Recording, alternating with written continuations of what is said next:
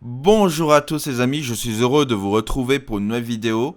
Aujourd'hui dans cette vidéo, je vais vous présenter le mode Eneripsa Terre en Cap Corruption. Donc c'est un mode assez sympa à jouer.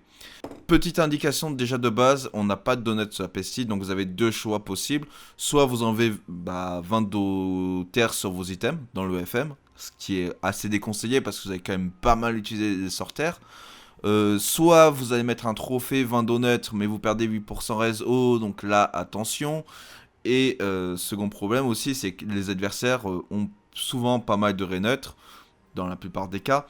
Juste pour mettre une corrupt neutre et sortir votre scalpel neutre, ça n'a pas très grande utilité.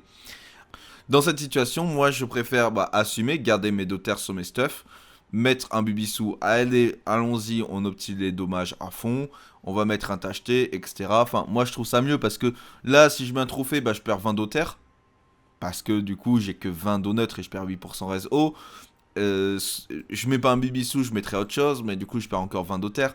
Donc, je perds 40 d'Other dans ce principe-là. Donc, je suis pas fan. Au final, je me dis, en principe, souvent, les adversaires ont des ré neutres. C'est pas forcément rentable. De toute façon, au pire, j'ai mon ébène neutre avec le marteau Arthur. Donc voilà, j'ai mes donuts si j'ai besoin de mettre un ébène neutre. Et tant pis pour la corrupte qui sera une corrupte terre. Mais je trouve que ça fait amplement le taf et on obtient des dos terres parce que finalement on les utilise pas mal, hein, les dommages terres avec nos sorts, etc. Voilà. Donc c'est un classique Arthur, vous l'avez vu avec triple item Arthur, triple Gritril, double item volcanique. En termes de résistance, on a quelque chose d'assez correct. On a des grosses restes terre, res air. On a des restes qui sont corrects en haut, faiblesse en feu. Et voilà, 127 d'eau terre plus les 20 du tacheté, donc on monte à 147. Et le Do Makuro qu'on va essayer de proc, plus 64. Donc on va monter aux alentours des 200 d'eau terre, ce qui est très intéressant. En termes de DPS, on a quand même 1200 de stats, 5400 vita. On a 4 invoques, donc ça c'est assez sympa pour jouer de nos fées, etc. On a de quoi faire et j'aime bien ce mode.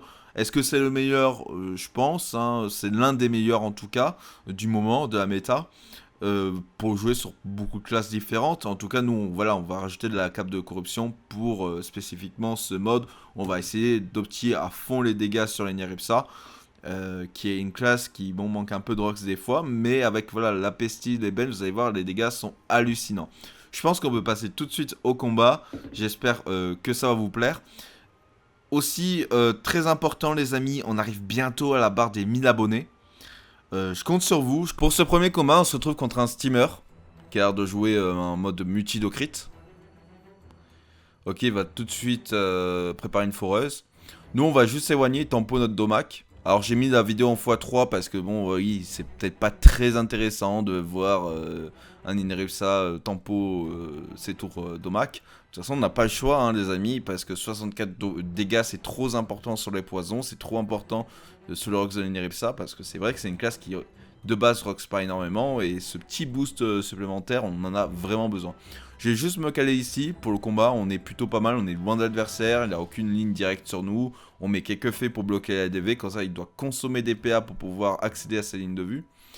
Et là je pense que théoriquement ce qu'il y a de mieux à faire c'est de nous rush tout de suite, hein. Moi c'est ce que je ferais. Et là, voilà, là il prépare le rush prochain tour. Ici on va aller tout de suite en fait bloquer un peu le free rush sur la tourelle. Donc on va juste détruire nos faits, on va les réinvoquer. Et on va se servir de ces faits pour bloquer la free aspiration. Là il manque un PM sur celle-ci, c'est dommage, bon c'est pas très grave. On va juste bloquer la diagonale. Et en fait le but c'est qu'il ne puisse pas trop faire de dégâts, hein. C'est se protéger au maximum. Ok, il nous a mis une petite exclamation en signe embuscade. Mais nous ça nous va très bien. On va placer juste un lapino ici, comme ça il bloquera l'aspiration. Et derrière, voilà, on fait nos petits moves. Là, j'ai une petite fée sur la fée, c'est dommage. Je me suis un peu trompé, j'aurais dû la mettre plus derrière pour pouvoir me dépasser une deuxième fois. Bon, c'est pas grave, on va faire avec. De toute façon, on bloque un peu les ADV, il est obligé de tuer de la Pino pour ensuite me mettre quelques dégâts, mais il m'érode pas. Donc là, tant mieux, j'ai gagné un tour encore. Là, on arrive au T5, sauf que bon, voilà, je suis loin encore de l'adversaire.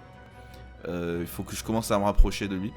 Je vais venir ici tout en restant assez protégé. On tape un peu sa tourelle pour prendre un peu de régène. Et on va continuer en fait à bloquer un peu les ADV. Là on se prend un petit soin de la fée, de toute façon elle allait crever. Et là il n'y a toujours pas non plus de belles lignes de vue. Donc là il va essayer de se rapprocher avec un chalutier. Ok, il aurait pu jouer harponneuse mais bon, pourquoi pas. C'est vrai que le chalutier s'attaque, mais je joue mode frayeur à 1 PA. Donc là, je me détaque pour 1 PA, ça me laisse toute opportunité de faire mon tour en entier. Je me donne des PM. Je viens ici prendre du soin, je pose ma pestie. Derrière, je le tape avec un Arthur et je pose aussi les baies neutres. Cette fée, elle peut strictement rien faire, bon bah elle va crever toute seule. C'est au steamer de jouer, il lui reste 2700 HP, il a pris un énorme poison à son tour de jeu. Et lui, bah c'est un steam hero, hein, donc les steam heroes ils ont pas de soins. Il y a ce scaphandre pour ce shield. Il y a pas mal de shield avec abatif, c'est bien joué à lui. Sauf que là il va décider de ramener sa foreuse pour me taper, pour mettre 290 dégâts en plus. Et je me dis, bah autant qu'il y ait shield, ça sert pas à grand chose de le taper. Je restep un Lapino et voilà, autant fou taper sa foreuse et voilà, il prend pas m'éroder au tour prochain. Et je gagnerai un tour. Voilà, là la foreuse est morte. Je place Lapino ici pour le tacler et le bloquer de passage. Je sais qu'il veut s'enfuir ce coin à gauche, donc autant que le Lapino soit sur le chemin, ça peut aider. Ok, il me détaque, il me pousse. Il pousse le Lapino. Il va full reculer, hein, ça c'était certain. Hein, il faut pas être mainstream pour savoir qu'elle essaie de faire ce genre de tour. Nous, on va pouvoir se ramener. On va pouvoir quand même taper un peu de loin. On lui met quand même de bons dégâts, hein, il est toujours sous les poisons, hein, il faut pas oublier ça. Lapino qui peut taper aussi à son tour, donc il prend cher ce tour quand même. Hein. Ok. Ah non, il était plus au poison, ouais, il était plus au poison, mais bon. Il a 1700 HP, il est pas bien. Hein. Ok, tu es Lapino, pourquoi pas. Moi, ça va me faire du lead à mon début de tour. Moi, ça m'arrange. 429. On va se donner des PM. On va mettre la glyphe pour récupérer des points de vie. On va propager. Comme ça, on se soigne. Derrière, on pose Eben. Et voilà, là, on a Eben Pestia encore dessus. Il prend encore 500 dégâts. C'est complètement fumé, les amis. Là, je le tiens, il est foutu. Il faut qu'il se shield, mais c'est ça. Si ce shield est obligé de rester à côté, là, il est mort en fait. Hein. Ok, il met un blindage, mais c'est tout. Là, il prend encore 500 à son tour. Donc là, voilà, je me ramène encore une fois. 1 PM. Ici, je peux infecter la foreuse, je peux propager, je peux déclencher. Je fais en même temps de très bons dégâts. J'ai une petite fée pour le taper aussi. Et derrière, il prend encore 500 dégâts des poisons. Donc, pour ce combat, on se retrouve contre un Ossa. Alors, bon, comme dans le précédent combat, je vous mets en x3 les tempos d'Omak. Bon, pour le moment, le but, c'est de faire quelques dégâts avec des dégâts indirects comme Lapino, comme les fées aussi qui peuvent taper.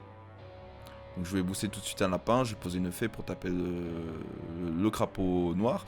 Et de toute façon, un Ossa n'érode pas. Donc, on a le temps de proc le Domak. Juste, faut pas prendre trop de dégâts. On n'a pas des res haut Folition non plus, donc il faut faire quand même très attention. Il tue le Lapino, attention, il met son crapaud dans la glyphe rose. Il faudra qu'il l'enlève à son tour. Moi je vais quand même le taper, vous savez quoi, je vais quand même le taper, je perds 8 dommages, c'est pas très grave. De toute façon je vais utiliser qu'un seul sort à ce tour là. Et derrière je vais mettre un dégât sur le crapaud blanc. Je préfère faire comme ça, en mode j'entame le crapaud blanc. S'il faut que je le tue le tour prochain, je pourrais le tuer.